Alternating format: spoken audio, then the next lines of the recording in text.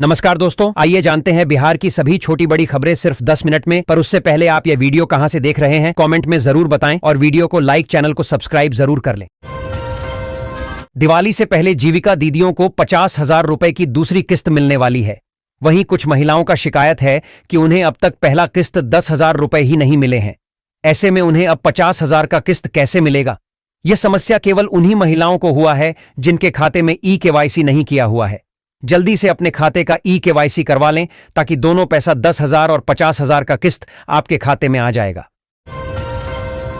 बिहार चुनाव 2025 में अगर आपके पास ई-पिक कार्ड नहीं है तो भी आप 12 अन्य दस्तावेजों के साथ मतदान कर सकते हैं। Aadhaar card, MNREGA job card, driving licence और पैन कार्ड जैसे दस्तावेज मान्य होंगे। यह सुनिश्चित करने के लिए है कि किसी भी मतदाता को मतदान से वंचित न किया जाए। भारत सरकार ने ई-श्रम कार्ड धारकों के लिए विशेष घोषणा की है। अब सभी पात्र श्रमिकों को दीपावली से पहले मासिक पेंशन के रूप में 3,000 रुपए सीधे उनके बैंक खाते में मिलेंगे। यह योजना खास तौर पर उन मजदूरों के लिए है जो असंगठित क्षेत्र में काम करते हैं और जिनकी आर्थिक स्थिति कमजोर है। प्रधानमंत्री नरेंद्र मोदी के द्वारा शौचालय योजना को आरंभ किया गया है। आपको जानकारी के लिए बता दें कि इस योजना के तहत गरीब परिवारों को सरकार की तरफ से शौचालय बनवाने के लिए 12,000 रुपए दिए जाते हैं।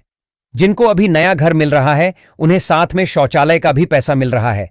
लेकिन जो लोग छूट चुके हैं, जिनको बहुत पहले आवास मिला है, वे लोग इस योजना का लाभ ले सकते हैं। देश भर के करोड़ों किसानों के लिए बड़ी खबर आने वाली है। प्रधानमंत्री किसान सम्मान निधि योजना की 21वीं किस्त को लेकर किसानों में उत्सुकता लगातार बढ़ रही है। यह योजना किसानों को आर्थिक सहारा देने के लिए शुरू की गई थी, जिसके तहत साल में 3 बार पात्र किसानों को 2-2 हजार रुपए की किस्त दी जाती है। अब तक 20 किस्तें जारी हो चुकी हैं। इस बार दिवाली से पहले केंद्र सरकार 21वीं किस्त को 20 अक्टूबर 2025 तक किसानों के खातों में भेज सकती है। आजकल बिजली के बिल हर महीने जेब खाली कर देते हैं। कई बार तो लगता है कि पूरी सैलरी का आधा हिस्सा बिजली वाले ले जाते हैं। लेकिन अब सरकार ने आम आदमी के लिए राहत की बड़ी खबर दी है। सोलर पैनल योजना 2025 के तहत अब आप सिर्फ 500 रुपए देकर घर पर सोलर पैनल लगवा सकते हैं। सरकार का मकसद है कि हर घर छत पर सोलर पैनल लगाए और कोयले पर निर्भरता घटे। इस योजना में सरकार करीब 90% तक सब्सिडी दे रही है, यानी आपको बस 500 रुपए देने हैं और बाकी खर्च सरकार उठाएगी। सहारा इंडिया में जिनका भी पैसा फंसा है उनको रिफंड मिलना शुरू हो गया है। सभी को 50,000 रुपए तक का किस्त मिलना शुरू हो चुका है। प्रधानमंत्री मोदी ने कहा है कि जिसका भी पैसा फंसा है उसको पूरा का पूरा पैसा मिलेगा। बहुत सारे लोगों का पैसा सहारा इंडिया में फंसा है। इनमें से सबसे ज्यादा गरीब लोग का पैसा है जो दिन रात मेहनत करते हैं, लेकिन सभी का पैसा अब मिलने लगा है। दीपावली में लोगों को बहुत सारे योजनाओं का लाभ मिल रहा है। इस बीच सरकार ने गरीब लोगों के लिए बड़ी राहत भरी योजना लाई, जिसके तहत छठ पूजा तक सभी लोगों को गैस सिलेंडर केवल 300 रुपए में मिलने वाले हैं। और यह योजना केवल उन्हीं महिलाओं को मिलेंगे जिसको उज्ज्वला योजना के तहत गैस सिलेंडर मिला था। हाल ही में पेट्रोल और डीजल की कीमतों में 5 रुपये 50 पैसे प्रति लीटर की कटौती की घोषणा की गई है, जिससे आम जनता को बड़ी राहत मिली है। यह राहत खासकर उन लोगों के लिए महत्वपूर्ण है जो हर रोज पेट्रोल डीजल का इस्तेमाल करते हैं। सरकार द्वारा की गई इस कटौती से अब परिवहन लागत में भी कमी आएगी और इससे घरेलू बजट पर भी सकारात्मक असर पड़ेगा। अगर आप भी पेट्रोल डीजल की कीमतों को लेकर चिंतित थे तो यह कटौती आपके लिए राहत का कारण बन सकती है। इस बदलाव के बाद कई शहरों में पेट्रोल और डीजल की कीमतों में यह कमी देखी जा रही है। जो महिलाएं गैस पर खाना बनाती है उनके लिए यह खबर बहुत ही काम की है, क्योंकि उन महिलाओं को केवल 500 रुपए में गैस सिलेंडर मिलने वाले हैं जो प्रधानमंत्री उज्ज्वला योजना के तहत फ्री गैस सिलेंडर प्राप्त किए हैं। उन सभी महिलाओं से गैस का कीमत 900 रुपए लेने के बावजूद उनके खाते में 400 रुपए वापस कर दिए जाते हैं। सरकार ने महिलाओं को रोजगार देने के लिए बीमा सखी योजना लाई है, जो गांव में रहने वाली सभी महिलाओं को लिए बड़ी खबर है। अब उन्हें घर बैठे ही रोजगार का अवसर मिलेगा। हर महीने 7,000 रुपए कमाने का मौका मिलेगा। बीमा सखी योजना के तहत ग्रामीण महिलाओं को ट्रेनिंग दी जाती है और उन्हें LIC एजेंट के रूप में नौकरी दी जाती है और वेतन 7,000 रुपए महीना दिया जाता है। पैन कार्ड को लेकर बहुत बड़ा अपडेट आया है। अगर आपने अपने पैन कार्ड को आधार से लिंक नहीं कराया है तो आपके लिए बड़ी समस्या खड़ी हो सकती है। सरकार ने इस प्रक्रिया को अनिवार्य कर दिया है और अब समय सीमा समाप्त हो चुकी है। जिन लोगों ने तय समय पर लिंक नहीं किया, उनका पैन कार्ड बंद कर दिया गया है। अगर आपका पैन कार्ड बंद हो गया तो आपका पैसा बैंक में फंस सकता है। सरकार ने एक नई योजना लाई है, फ्री राशन योजना, और हर राशन कार्ड धारी को 1,000 रुपए देने का घोषणा किया कि अगर आपके पास राशन कार्ड है तो केंद्र सरकार की ओर से करोड़ों गरीब और मध्यम वर्गीय परिवारों को राहत देने के लिए राशन कार्ड योजना 2025 की शुरुआत कर दी है। इस योजना के तहत पात्र परिवारों को हर महीने 1,000 रुपए की आर्थिक सहायता दी जाएगी, जो सीधे उनके बैंक खातों में ट्रांसफर होगी। अब हर महिला को मिलेगा सोलर वाला आटा चक्की फ्री में। सरकार ने गरीब और असहाय महिलाओं के लिए एक घोषणा किया है कि वे देश के सभी गरीब और कमजोर महिलाओं को देंगे सोलर आटा चक्की, जिससे उनके जीवन में आर्थिक सुधार हो सके। परंतु बहुत सारे महिलाओं को अभी तक इसका लाभ नहीं मिला और वे इसका लाभ नहीं ले पा रहे हैं, क्योंकि यह सोलर आटा चक्की कैसे लेना है उनको यह बात पता ही नहीं है। त्योहारी सीजन से पहले सोना और चांदी के दामों में फिर से बड़ी गिरावट देखने को मिली है। अगर आप लंबे समय से सोना खरीदने की सोच रहे थे तो यह आपके लिए एक सुनहरा मौका साबित हो सकता है। अंतर्राष्ट्रीय बाजार में सोने की कीमतों में नरमी का असर अब भारत में भी दिखने लगा है, जिससे आज घरेलू बाजार में 22 कैरेट और 24 कैरेट गोल्ड के रेट में गिरावट दर्ज की गई है। पीएम किसान निधि योजना का 21वीं किस्त 2,000 रुपए जल्द जारी होने वाला। इसी संबंध में एक नोटिफिकेशन जारी किया गया है कि जिनके भी खाते में ई-केवाईसी नहीं है उन्हें केवाईसी करना जरूरी है, नहीं करने पर खाते में पैसे नहीं आएंगे। इस बार सभी किसानों को अपने अपने बैंक खाते का ई-केवाईसी करना होगा। पटना जिला प्रशासन ने मतदान प्रतिशत बढ़ाने के लिए मेहंदी और रंगोली प्रतियोगिता का आयोजन किया। महिलाओं ने मेहंदी रचाकर लोगों को मतदान के लिए प्रेरित किया। प्रशासन का लक्ष्य विधानसभा चुनाव में 66% मतदान कराना है। 12 अक्टूबर को साइकिल रैली का आयोजन किया जाएगा, जिसका उद्देश्य युवाओं और नए मतदाताओं को जागरूक करना है। डीएम ने सभी से रैली में भाग लेने का आग्रह किया है ताकि मतदान प्रतिशत बढ़ाया जा सके। बिहार में एआईएमआईएम ने आगामी विधानसभा चुनावों में लगभग 100 सीटों पर चुनाव लड़ने का ऐलान किया है। पार्टी का लक्ष्य बिहार में एक तीसरा विकल्प बनना है। प्रदेश अध्यक्ष अख्तरुल ईमान ने कहा कि उन्होंने राजद से गठबंधन की इच्छा जताई थी, लेकिन कोई जवाब नहीं आया। अब पार्टी अन्य दलों से बातचीत कर रही है। पिछले चुनाव में एआईएमआईएम ने 5 सीटें जीती थीं। बिहार विधानसभा चुनाव 2025 की निष्पक्षता और पारदर्शिता के लिए चुनाव आयोग ने बड़े फैसले लिए हैं। अब की बार चुनाव में वोटिंग शुरू होने से पहले ईवीएम को पूरी तरह से कसौटी पर परखा जाएगा। इसके लिए 50 मार्क पोल का वीवीपैट से निकली पर्ची से मिलान किया जाएगा, ताकि ईवीएम द्वारा डाले गए वोट पर कोई सवाल खड़ा नहीं हो सके। निर्वाची पदाधिकारी ने बिहार चुनाव के लिए कई जरूरी निर्देश दिए हैं। पटना जिले में विधानसभा चुनाव की तैयारी शुरू हो गई है। निर्वाचन पदाधिकारी डॉक्टर त्यागराजन एसएम ने बताया कि बिना अनुमति रैली या चुनावी कार्यालय खोलना मना है। संभावित उम्मीदवार भी अनुमति के लिए आवेदन कर सकते हैं। सिंगल विंडो सिस्टम से पहले आओ पहले पाओ के आधार पर 48 घंटे में अनुमति मिलेगी। चुनाव आचार संहिता का उल्लंघन करने पर सख्त कार्रवाई की जाएगी। किशनगंज जिले में 2 लाख से अधिक जीविका दीदियां मतदाता जागरूकता अभियान में सक्रिय रूप से भाग ले रही हैं। वे स्वयं सहायता समूहों और ग्राम संगठनों के माध्यम से 100% मतदान के लिए लोगों को जागरूक कर रही हैं। प्रभात फेरी, रैली, रंगोली और घर घर जाकर संवाद जैसे कार्यक्रमों से मतदाता शिक्षा का प्रसार कर रही है। उनका लक्ष्य है कि हर नागरिक, खासकर युवा, मतदान में भाग लेकर लोकतंत्र को मजबूत करे। बिहार के मौसम में बदलाव देखने को मिल रहा है, क्योंकि मानसून धीरे धीरे कमजोर हो रहा है। कुछ जिलों में तापमान सामान्य से अधिक है, जबकि अन्य में गिरावट दर्ज की गई है। मौसम विभाग के अनुसार अगले कुछ दिनों में मानसून की वापसी के लिए अनुकूल परिस्थितियां बनी हुई हैं, जिसके बाद तापमान में गिरावट की संभावना है। बीते 24 घंटों में वर्षा में कमी आई है और मौसम शुष्क बना हुआ है। जन सुराज पार्टी की पहली सूची ने बिहार की राजनीति में हलचल मचा दी है। कई सीटों पर भाजपा के लिए मुश्किलें खड़ी हो सकती हैं, खासकर मुजफ्फरपुर, दरभंगा और गोपालगंज जैसे क्षेत्रों में। प्रशांत किशोर की पार्टी स्थानीय स्तर पर मजबूत उम्मीदवारों को उतारकर भाजपा के वोट बैंक में सेंध लगाने की तैयारी में है। राजनीतिक विश्लेषकों का मानना है कि जसुपा का यह कदम कई सीटों पर त्रिकोणीय मुकाबला बना सकता है। सहदेई बुजुर्ग में आदर्श चुनाव आचार संहिता उल्लंघन के आरोप में सांसद पप्पू यादव समेत 2 लोगों पर प्राथमिकी दर्ज की गई है। यह मामला गणियारी गांव में गंगा कटाव पीड़ितों को नकद राशि बांटने से जुड़ा है। सीओ अनुराधा कुमारी ने शिकायत दर्ज कराई, जिसमें पप्पू यादव और श्याम नंदन राय का नाम है। आरोप है कि पीड़ितों को प्रलोभन देकर पैसे बांटे गए, जो आदर्श आचार संहिता का उल्लंघन है। पुलिस मामले की जांच कर रही है। भोजपुरी स्टार पवन सिंह और उनकी पत्नी ज्योति सिंह का विवाद बिहार चुनाव 2025 के मद्देनजर सुर्खियों में है।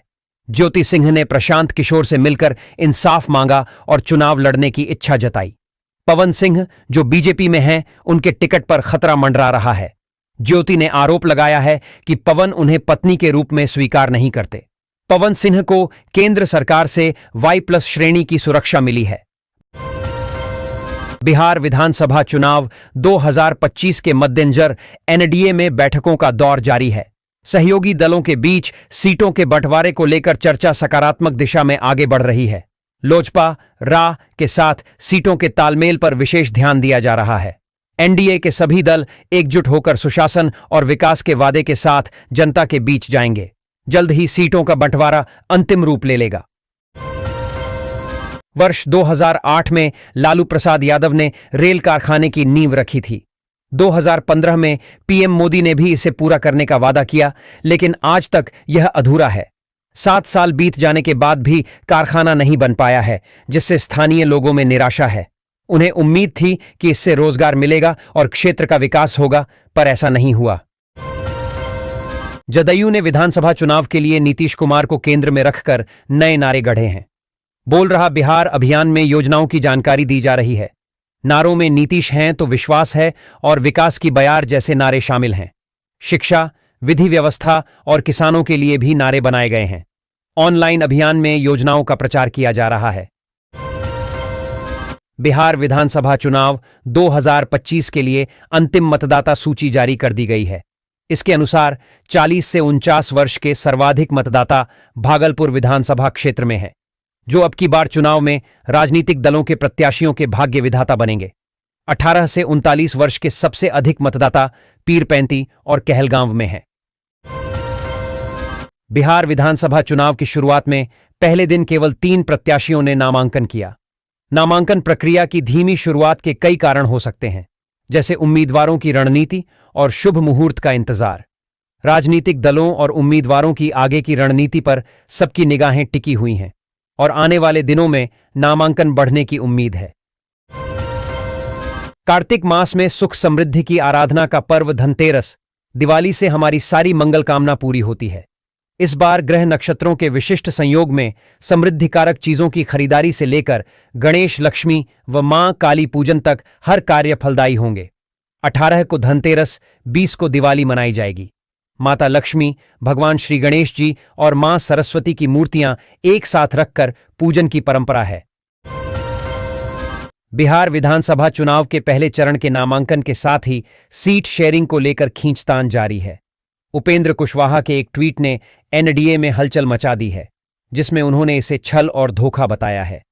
भाजपा की केंद्रीय चुनाव समिति की बैठक के बाद प्रत्याशियों की सूची जारी होने की संभावना है।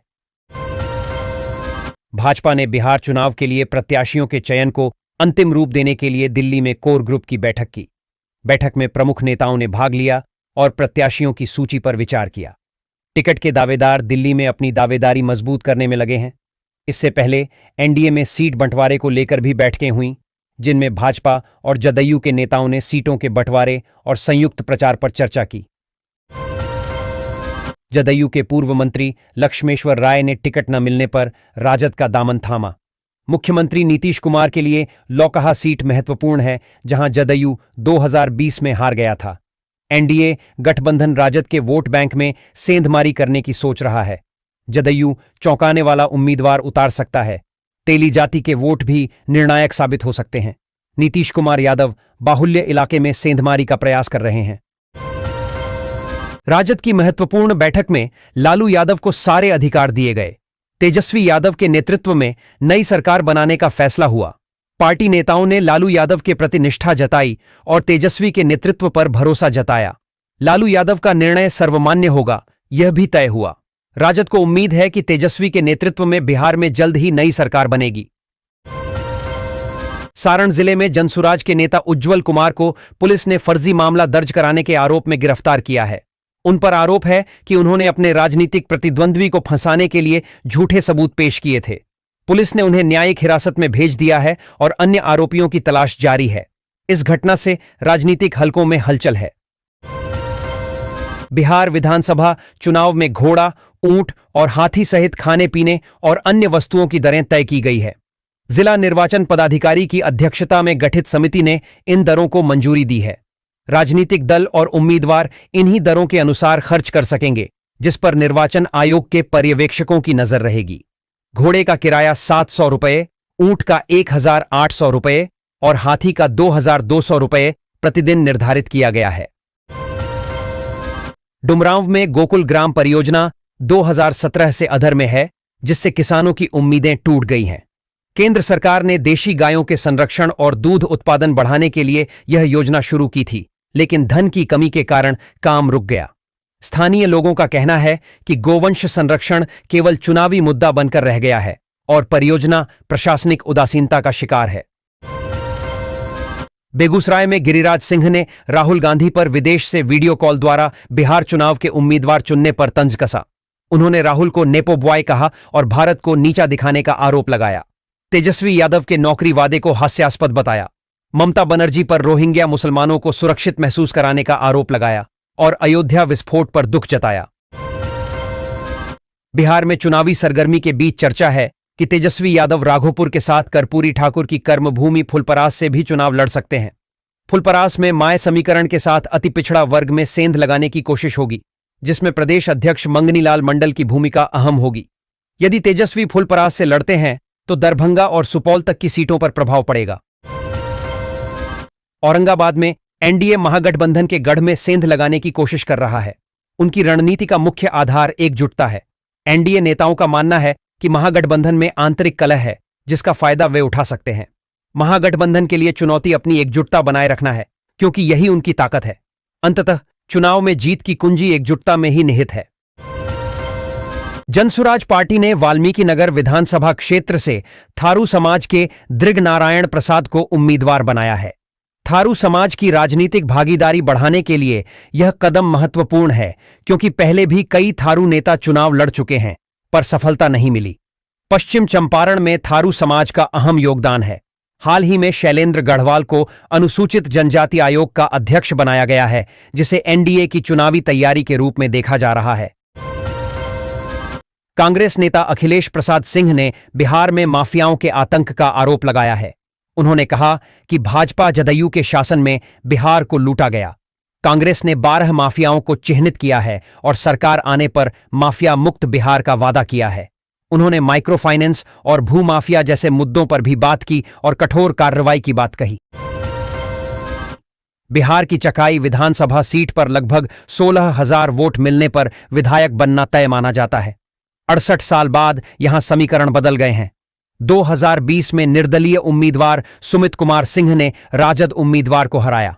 इस सीट पर मतदाताओं की कुल संख्या 2,70,000 है।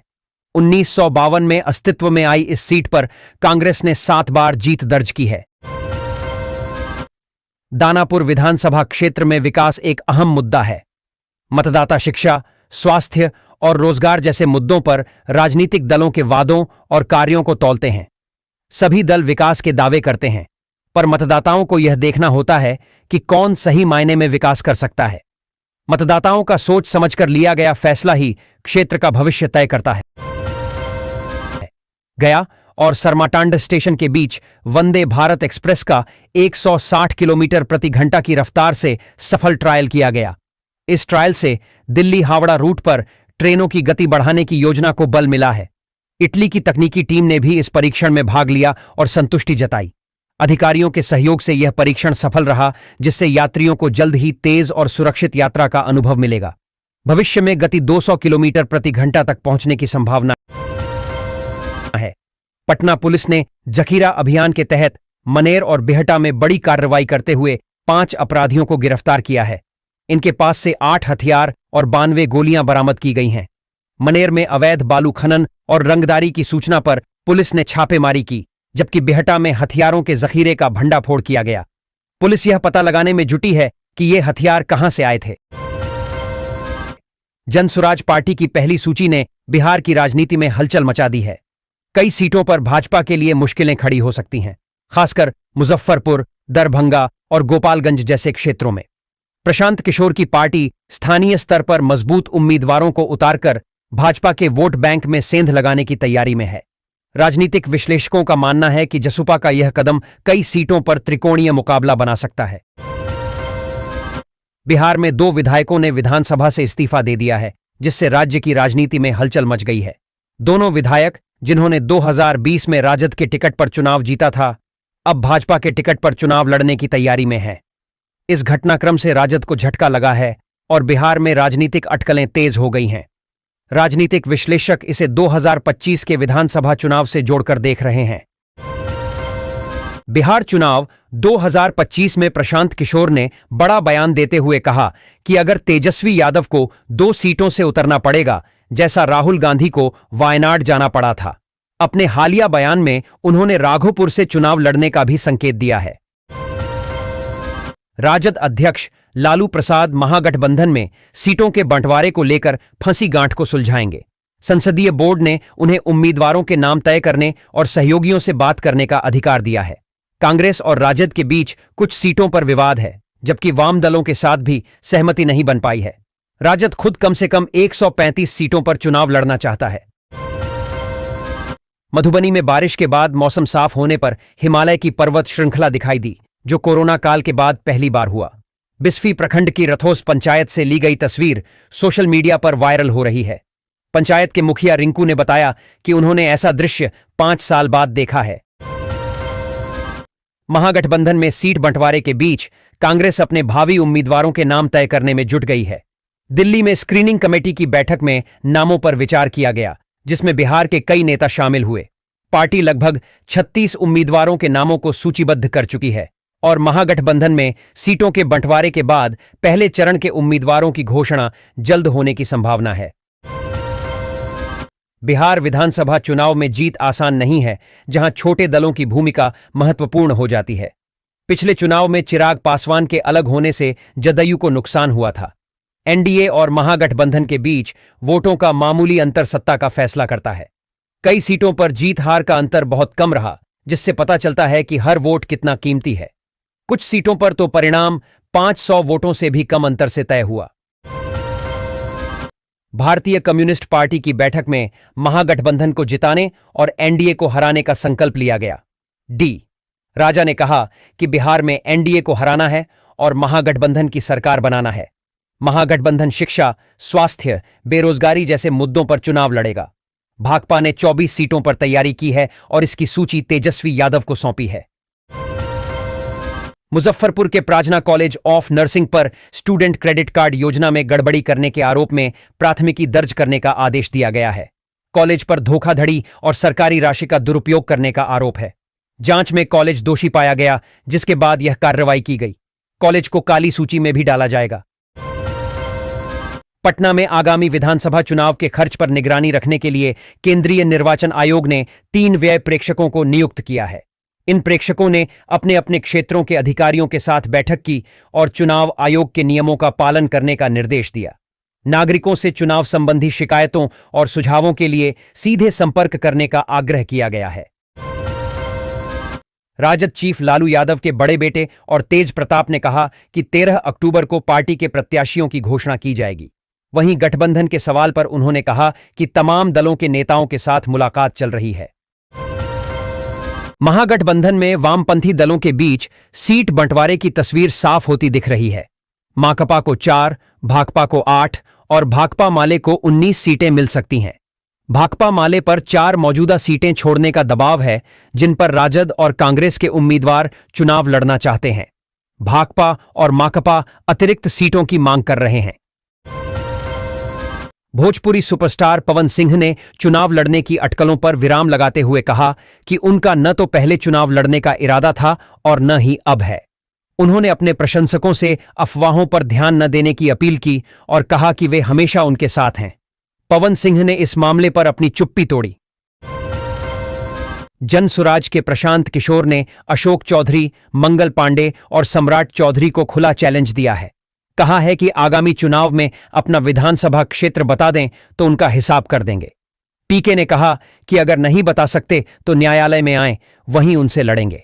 शनिवार को प्रशांत किशोर ने जयप्रकाश जयंती के मौके पर तेजस्वी यादव के चुनावी क्षेत्र राजद के गढ़ राघोपुर से चुनावी अभियान की शुरुआत कर रहे हैं। बिहार की घोसी विधानसभा सीट से सीपीआई माले के विधायक रामबली सिंह यादव ने नामांकन की तारीख घोषित कर दी है। जेडीयू से राजद में आए पूर्व विधायक राहुल शर्मा के टिकट पर अब सस्पेंस पैदा हो गया है। बिहार विधानसभा चुनाव 2025 के लिए एनडीए और महागठबंधन दोनों खेमों में सीट बंटवारे को लेकर बैठकों का दौर जारी है। चिराग पासवान और जीतन राम मांझी ने एनडीए की मुश्किलें बढ़ा दी हैं। सीमांचल की 24 सीटों पर मुकाबला दिलचस्प है। एआईएमआईएम के बाद जनसुराज ने महागठबंधन की मुश्किलें बढ़ा दी हैं। जनसुराज ने अल्पसंख्यक उम्मीदवारों को मैदान में उतारा है, जिससे महागठबंधन की चिंता बढ़ गई है। एमवाई समीकरण बिगड़ने और वोटों के विभाजन से महागठबंधन को नुकसान हो सकता है। महागठबंधन की नजर जनसुराज की हर चाल पर टिकी है। बिहार विधानसभा चुनाव 2025 के लिए राहुल गांधी की अगुवाई में कांग्रेस पार्टी ने इस बार अपनी रणनीति में बड़ा बदलाव लाया है। पार्टी का फिलहाल पूरा फोकस भागलपुर सीट पर है, क्योंकि यह सीट कांग्रेस लगातार जीतती आ रही है। संगठन इस जीत को बरकरार रखने को माइक्रो लेवल पर तैयारी कर रहा है। वहीं सुल्तानगंज कहलगांव सीट पार्टी के लिए पूर्व से ही चुनौती बनी हुई है।